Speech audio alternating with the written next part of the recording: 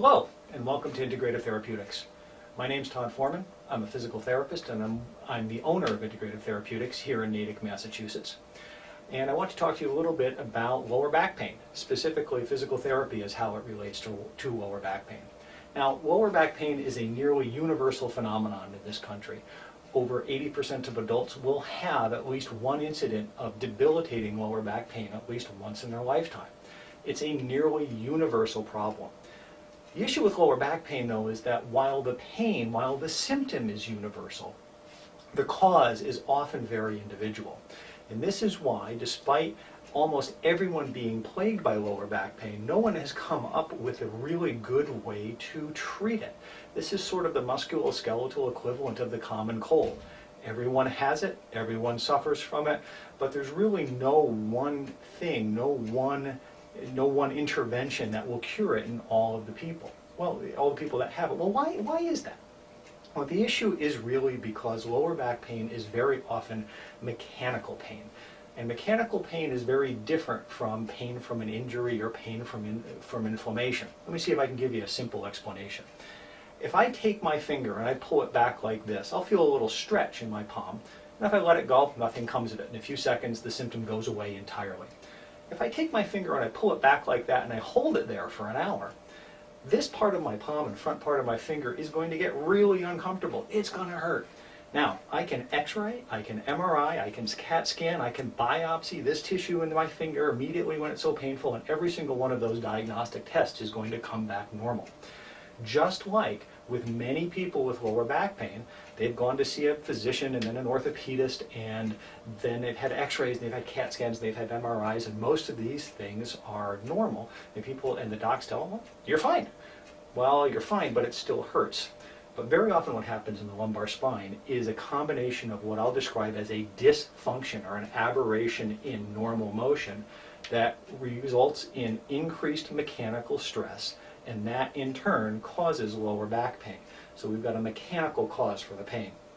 How does that happen? Well, look at the lumbar spine here. Number of bony blocks stacked one on top of the other.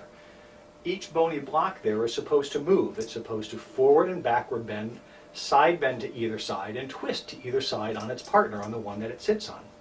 This motion is controlled by a pair of joints. There's a right and a left, and it's also controlled by a large group of musculature. Some of that musculature, turn this guy around so I can give you a better view. Some of that musculature is quite small. We see the intertransversi represented on this model here. This small musculature controls how one bone relates to another. The next more superficial layer of that musculature controls how one group of bones will move on another group of bones. But the important thing to remember here is every segment of the spine, from the skull down to the sacrum, has got a role to play when we do normal motion, whether we twist to get a juice bottle off of the counter or whether we twist to do a golf swing. Everything from the neck on down has a role to play. Now, the mechanics of that means that if we have a stiff segment, that segment can't move through its normal range of motion.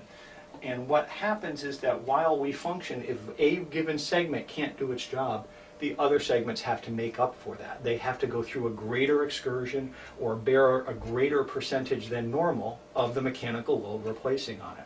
And very often it's that area that's asked to compensate for a dysfunction that gives us a lot of lower back pain. The other thing that we start to see is that a lot of the hip musculature is attached to the pelvis and the lumbar spine. And in the physical therapy clinic, we almost universally see that people suffering from lower back pain have what's called a lower extremity muscle imbalance, essentially an imbalance in either flexibility or strength, usually both, around the hip and thigh musculature. Either one hamstring, the muscle that runs down the back of your thigh, is too tight. Perhaps, and this is often a very big player in lower back pain, the psoas muscle. It runs at the front of the lumbar spine. You see it from the front underneath all the viscera. It's represented here on the model. This muscle is very, very commonly asymmetrically tight in people who suffer from chronic lower back pain. This is a hip flexor muscle. It's very tight in people who sit for a living. And this is a very big player in lumbar spine pain.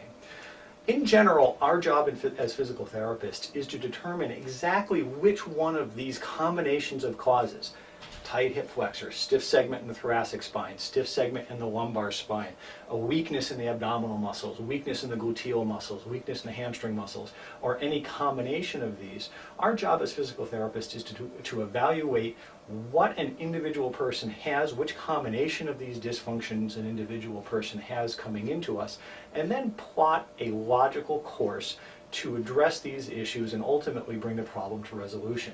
Now, good physical therapists make themselves obsolete because when we address all of these issues and we teach you the proper exercise program to maintain both normal mobility, strength, and flexibility, the mechanical cause for the problem goes away.